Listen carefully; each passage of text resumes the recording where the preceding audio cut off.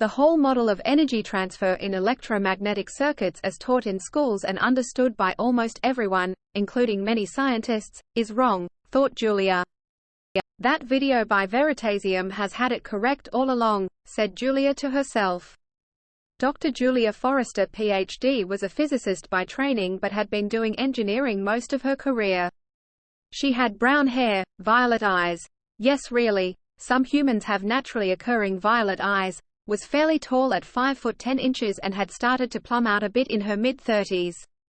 You would never know it though. Her long thin neck and sculpted perfect white face, accented by librarianish glasses with the thinnest of lenses, did not indicate the thickening of the body below. Her time doing engineering had developed practical skills which came in handy with the creation of her current experiment.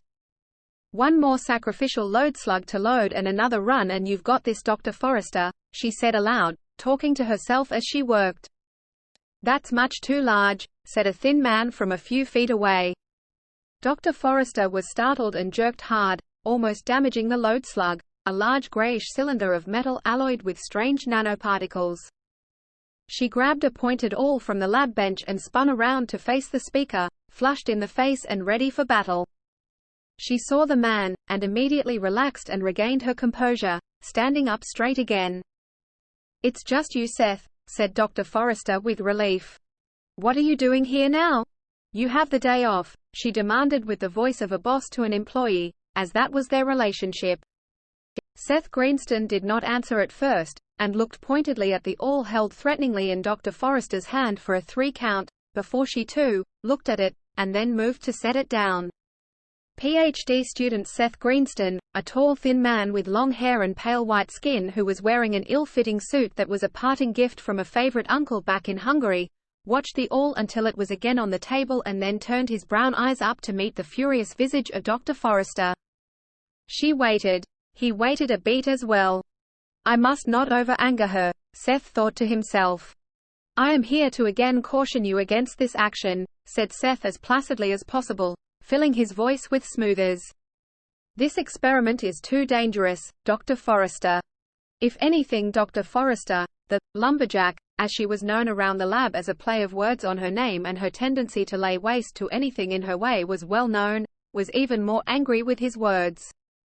I remind you once more, and this is the final time, Seth Greenstone, she said with real fury, that I am your advisor, your mentor and your superior, she practically shouted. And that she gave a little pause between each angry word to tighten the bolt holding the load sample with a great wrench of her arm each time. Decide. UMFH. She wrenched. What is? The load was now securely fastened. Dangerous or not? The last word she shouted, and threw the switch to turn the machine on. Seth Greenstone dived toward the emergency off button, but it was too late. Not that pressing the button would have helped. Julia had disconnected it. The machine turned on with a large hum of energy. Immediately 2 great bolts of bluish light leaped up through the ceiling and out into the sky of the day outside. The load began to glow. They both backed away and watched with great interest. Too late. Too late. Seth muttered, looking with horror at the machine which was glowing brighter and brighter by the moment.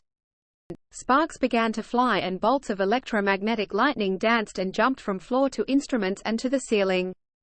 Snapping beams of energy came into life and buzzed threateningly.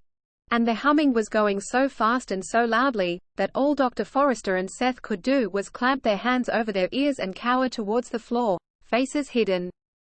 And with a loud boom and blinding flash of light, the machine shorted out, flipped the breakers and turned off. Dr. Forrester eagerly ran forward and shoved burning equipment aside. She gazed at the spot where the test metal had been and, for a moment, despaired. It was empty. Seth pointed below where the metal test piece had been mounted. The missing metal was now a rapidly cooling molten pool of metal, burning a hole through the floor and into the ground below. Eureka! Shouted Dr. Forrester in triumph at her invention. She was overcome with emotion. I can't believe it, muttered Seth over and over again in the steam and smoke, watching the molten metal cool.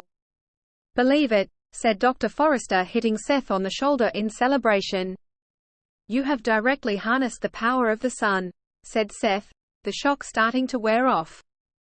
"More precisely," exclaimed Dr. Forrester, "I have completed a dynamic circuit between the Sun and this point in my lab that makes the Sun's energy flow, at the speed of light, through the circuit's electromagnetic field. Energy flows through the field, not the wires," said Seth incredulously. "I didn't really believe it, but it exists. Proof by existence," he said, looking with wonder and admiration at Dr. Forrester. "Who needs a Dyson sphere when you've got a Forrester circuit?" shouted Julia, clapping her hands in excitement. "We've got to tell everyone.